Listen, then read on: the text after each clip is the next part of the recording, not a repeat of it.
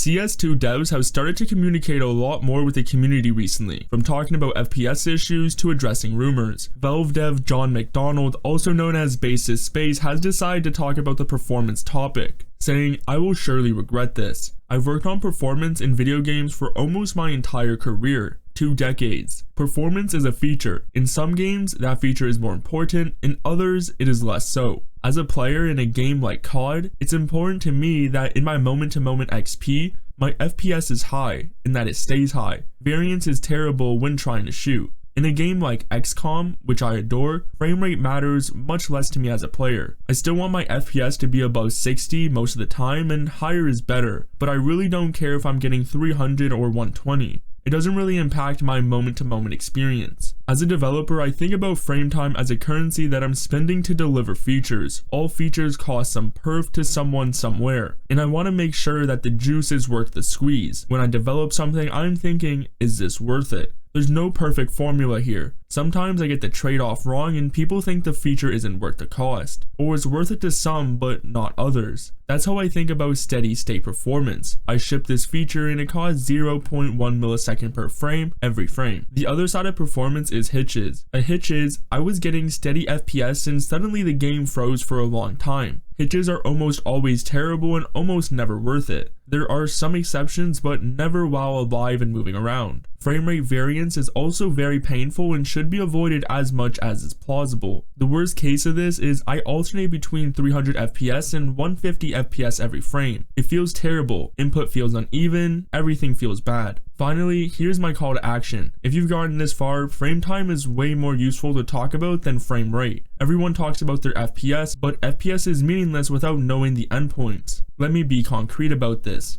If you're getting 1000 FPS but you drop 30 FPS to 970, that is much less bad than someone who gets 31 FPS and drops 30 FPS down to 1. Or said correctly, going from 1 millisecond per frame to 1.03 millisecond per frame is less bad than going from 32 millisecond per frame to 1000 millisecond per frame. I think it's great to see Valve is being a lot more vocal now within the community, and I'm hoping this continues going forward regardless of what the situation is. Get a free skin after you sign up with my link. SkinSwap gives you access to a wide range of CS2 and Rust skins for you to trade or even cash out to payouts like crypto and PayPal. Check out SkinSwap and use code WATER today.